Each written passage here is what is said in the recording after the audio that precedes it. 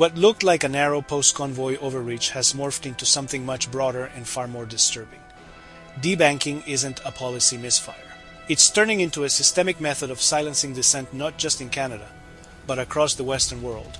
In Canada, the US and the UK, people are being cut off from basic financial services not because they've broken any laws, but because they hold views or support causes the establishment disfavors. When I contacted Eva Chipiuk after RBC quietly shut down her account, she confirmed what others had only whispered. This is happening to a lot of people. This abusive form of financial blacklisting is deep, deliberate, and dangerous. In the UK, Nigel Farage, leader of Reform UK, and no stranger to controversy, was debanked under the fig leaf of financial justification. Internal memos later revealed the real reason. He was deemed a reputational risk. Cue the backlash. By 2025, the bank was forced into a settlement, complete with an apology and compensation. But the message had already been sent. That message didn't stay confined to Britain. And let's not pretend it's just private institutions playing favorites. Even in Alberta, where one might hope for a little more institutional backbone, Tamara Lich was denied an appointment to open an account at ATB Financial.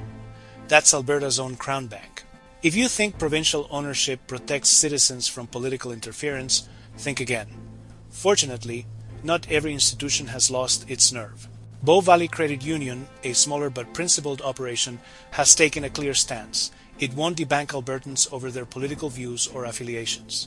In an era of bureaucratic cowardice, Bow Valley is acting like a credit union should, protective of its members and refreshingly unapologetic about it. South of the border, things are shifting. On August 7, 2025, President Donald Trump signed an executive order titled Guaranteeing Fair Banking for All Americans. The order prohibits financial institutions from denying service based on political affiliation, religion, or other lawful activity. It also instructs U.S. regulators to scrap the squishy concept of reputational risk, the bureaucratic smokescreen used to justify debanking, and mandates a review of past decisions. Cases involving ideological bias must now be referred to the Department of Justice. This isn't just paperwork. It's a blunt declaration. Access to banking is a civil right. From now on, in the U.S., politically motivated debanking comes with consequences. Of course, it's not perfect. Critics were quick to notice that the order conveniently omits platforms like PayPal and other payment processors, companies that have quietly normalized debanking for over a decade. These are the folks who love vague, acceptable use policies and ideological red lines that shift with the political winds. Their absence from the order raises more than a few eyebrows. And the same goes for another set of financial gatekeepers hiding in plain sight. Credit card networks like Visa, American Express, and MasterCard have become powerful, unaccountable referees, denying service to individuals and organizations labeled controversial for reasons that often boil down to politics. If these players aren't explicitly reined in, banks might play by the new rules while the rest of the financial ecosystem keeps enforcing ideological conformity by other means.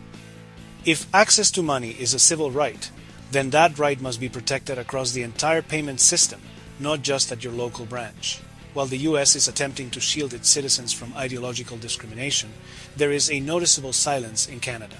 Not a word of concern from the government benches or the opposition. The political class is united apparently in its indifference. If Ottawa won't act, provinces must.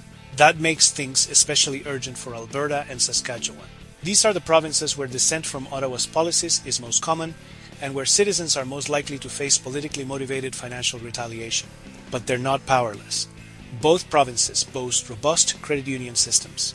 Alberta even owns ATB Financial, a crown bank originally created to protect Albertans from central Canadian interference. But ownership without political will is just branding. If Alberta and Saskatchewan are serious about defending civil liberties, they should act now. They can legislate protections that prohibit financial blacklisting based on political affiliation or lawful advocacy. They can require due process before any account is frozen. They can strip reputational risk from the rulebooks and make it clear to Ottawa. Using banks to punish dissenters won't fly here.